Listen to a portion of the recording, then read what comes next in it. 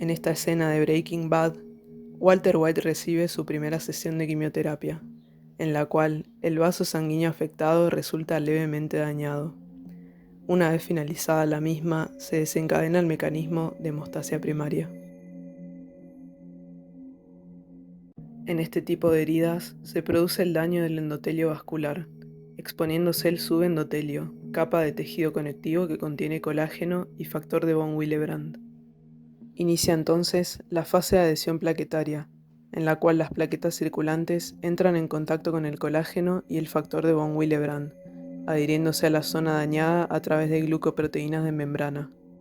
La adhesión da lugar a la activación, donde las plaquetas cambian de forma debido a la contracción de sus proteínas contráctiles, puesto que ha ingresado calcio a estas células.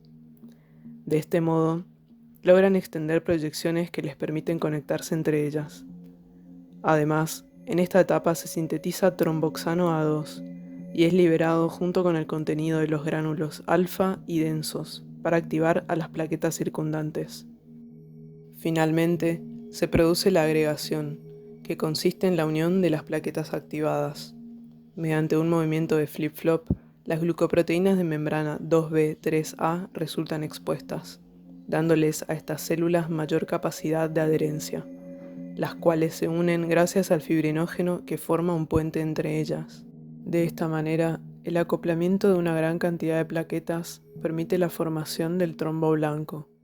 Modelo de la cascada de coagulación. En la hemostasia secundaria intervienen factores de coagulación que son enzimas que van a activar a otras enzimas para producir una cascada. Para este modelo contamos con dos posibles vías de producción: la vía intrínseca, llamada así porque todos sus componentes estaban presentes en la sangre, y la vía extrínseca, que necesita la exposición de un componente externo a la sangre, como lo es el factor tisular de la pared vascular. Entonces, la vía intrínseca da inicio cuando hay un daño vascular. Esto provoca la exposición de superficies cargadas negativamente que interaccionan con el factor 12. Este factor, una vez activado, puede activar al factor 11, el cual, a su vez, junto con la presencia de iones de calcio, puede activar al factor 9. Este factor, en conjunto con el factor 8 activado, iones de calcio y fosfolípido, forman el complejo tenasa intrínseco. Este complejo tenasa convierte entonces al factor 10, también conocido como factor Stuart, en el factor 10 activado, el cual es una proteasa. Los factores 10 activados y 5 activados, junto con calcio y fosfolípido, forman otro complejo trimolecular llamado protrombinasa, cuya función es la de activar a la trombina. Por otra parte, la vía extrínseca es más corta. Esta da inicio cuando ocurre un daño considerable en el endotelio que permite que el factor 7 que circulaba por la sangre entre en contacto con el factor tisular. Este es un receptor celular que puede activar proteolíticamente al factor 7. Posteriormente, el factor tisular, el factor 7 activado y el calcio forman un complejo trimolecular muy similar a la tenasa intrínseca, para luego converger en la formación del mismo complejo activador de la trombina. La cascada finaliza con la activación del factor 2, conocido como protrombina, que luego de ser activada pasará a ser trombina.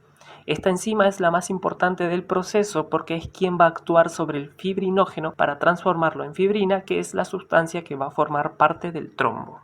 El modelo basado en superficies celulares se plantea con el fin de responder a los interrogantes que presenta el modelo de la cascada de coagulación.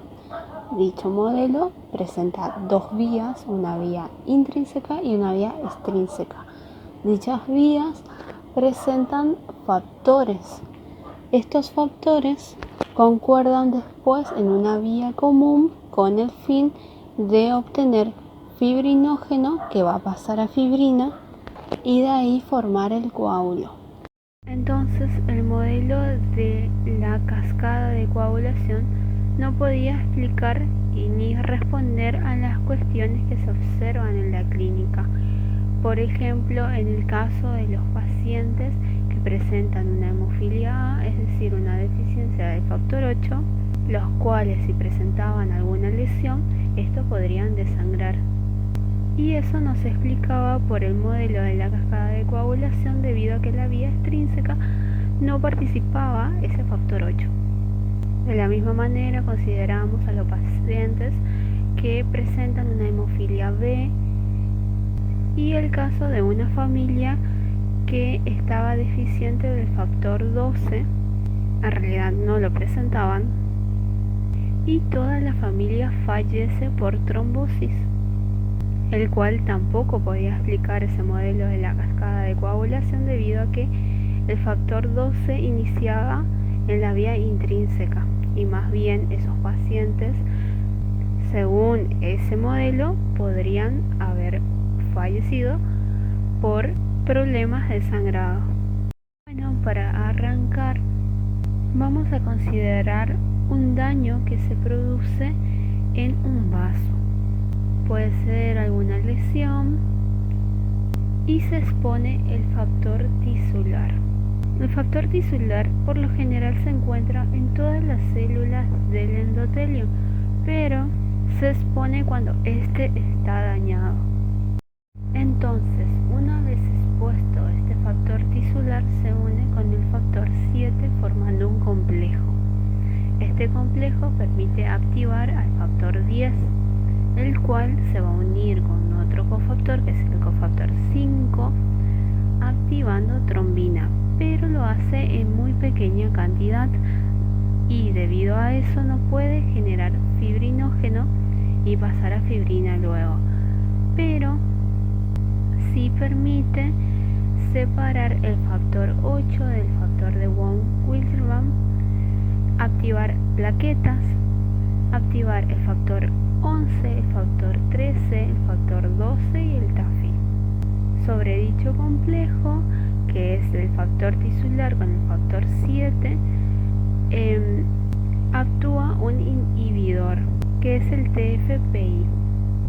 Pero antes de que suceda eso, este complejo permite activar el factor 9, pero este factor 9 tiene muy baja proporción. Entonces el factor 11 activado por la trombina permite que esto se amplifique. Entonces ahora sí, el factor 9 junto con el factor 8 forman el complejo tenasa. Este complejo permite que se active el 10, el factor 10 nuevamente, y ahora sí la protrombina puede pasar a trombina y formar fibrinógeno, el cual va a pasar a fibrina soluble primero y luego por el factor 13 activado por la trombina inicialmente pasa a ser una fibrina insoluble, que es lo que queremos que se forme. Pero ¿por qué ocurre esto? Bueno, la fibrina soluble se forma un mosaico de plaquetas que se encuentra unido por uniones puente de hidrógeno que son muy débiles. Entonces, por ese factor, que es el factor 13, se pueden convertir en enlaces covalentes y pasar a una fibrina insoluble. Esto evita que el trombo se destruya mientras se produce la reparación del endotelio. El proceso fibrinolítico resulta en la degradación de las redes de fibrina formadas en el proceso de coagulación sanguínea. Se convierte en productos de degradación de la fibrina. Se pueden observar dominios E y D, el fibrinógeno y los dímeros D. La encargada de dicho proceso es una serinoproteasa llamada plasmina, quien se encuentra circulando en su forma inactiva como plasminógeno. Para su activación recurrimos a una sustancia sintetizada por el endotelio en la vía extrínseca, que es el activador tisular del plasminógeno o TPA. Es necesario que esté en su conformación de doble cadena, pero circula en forma de simple cadena. Quien está a cargo de su conversión es el factor 12 activado, que, recordando, se obtenía de la trombina en el proceso de la coagulación. Por otro lado, este proceso es modulado negativamente de dos maneras. La primera es a nivel del TPA. Existe un inhibidor, el PAI, inhibidor del activador del plasminógeno. El segundo modulador actuará a nivel de la fibrina. Si observamos detenidamente a nuestra red de fibrina, en su conformación encontraremos, entre otras cosas, restos de residuos de lisina sobre su superficie. Es ahí donde actuará el TAFI, inhibidor de la fibrinólisis activado por trombina, provocando el clivaje de los residuos de lisina, limitando así la unión de la plasmina que requiere de dicho aminoácido. De esta manera, la fibrina permanece por más tiempo, asegurando la correcta reparación del endotelio. Mecanismo antitrombótico de la proteína C, proteína S. Mientras está ocurriendo el proceso de coagulación en la región del endotelio dañado, este proceso se autolimita solo a la zona de la lesión. Para ello, la trombina, al tomar contacto con el endotelio sano, cambia su propiedad de trombótica a antitrombótica, siendo así capaz de inhibir el proceso de coagulación. Este mecanismo de inhibición comienza cuando la trombina toma contacto con el endotelio sano. Esta se une a un receptor que se encuentra en la membrana del endotelio sano denominado trombomodulina. Esta unión trombina-trombomodulina provoca la activación del receptor de la proteína C, que junto con su cofactor la proteína S, que se encuentra libre en circulación, van a inhibir al cofactor 5 y al cofactor 8, inhibiendo de esta manera el proceso de coagulación. Como se explicó anteriormente, en la cascada de coagulación, para formarse el coágulo de fibrina, estos dos factores son fundamentales, y al ser estos factores inactivados, se desactiva por completo la cascada de coagulación.